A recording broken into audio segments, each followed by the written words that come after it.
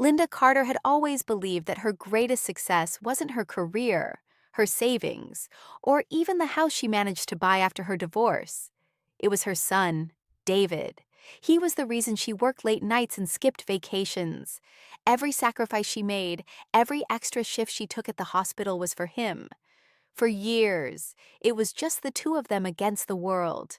When her husband left during David's middle school years, Linda promised her son he'd never go without love or stability. And she kept that promise until the day David crossed a boundary she never thought he would. It started with small things. A missing $20 bill here, a few groceries unaccounted for there. Linda brushed it off. She remembered what it was like being 22, trying to find your way. Sometimes needing help, but being too proud to ask. David had recently dropped out of college and was working odd jobs. But Linda didn't pressure him. "You'll find your path," she told him often, offering patient smiles. But one Thursday morning, when she opened her banking app, her heart froze.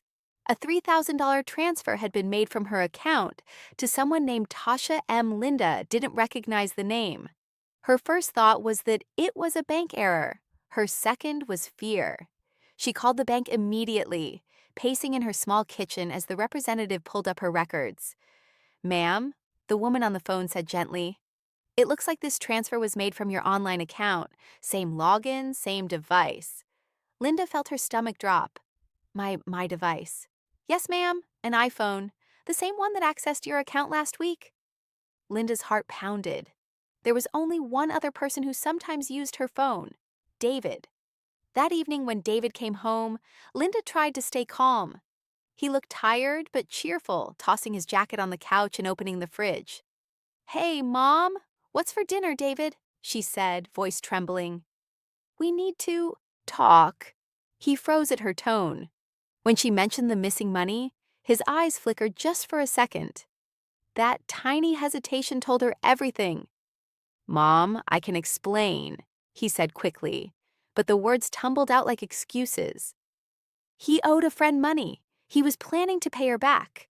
It wasn't a big deal. "Not a big deal," she said, tears forming. "David, that was my savings for the new car. I trusted you with everything I have." His expression hardened. "You don't understand, Mom. I didn't have a choice." Linda felt something inside her break. Not because of the money, but because her son had chosen deception over honesty.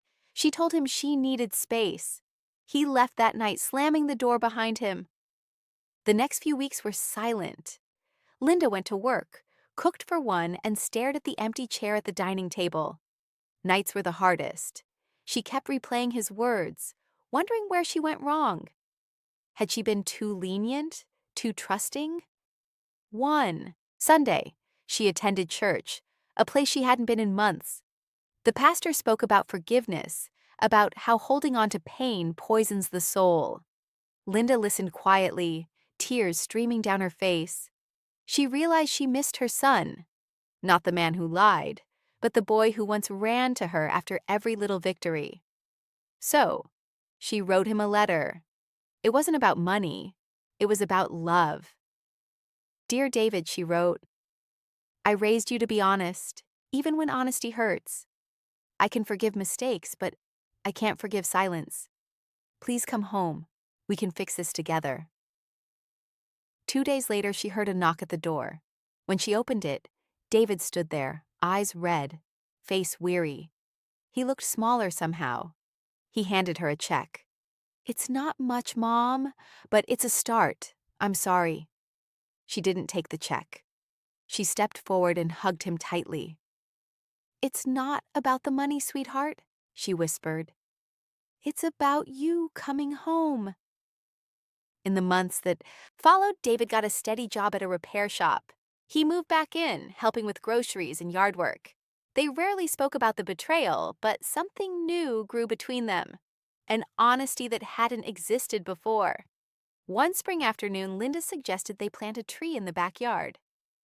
"Something that reminds us growth takes time," she said as they dug together. David smiled. "Like us." Linda chuckled. Exactly. The young tree swayed gently in the breeze, its roots finding strength in the same soil that once held their pain.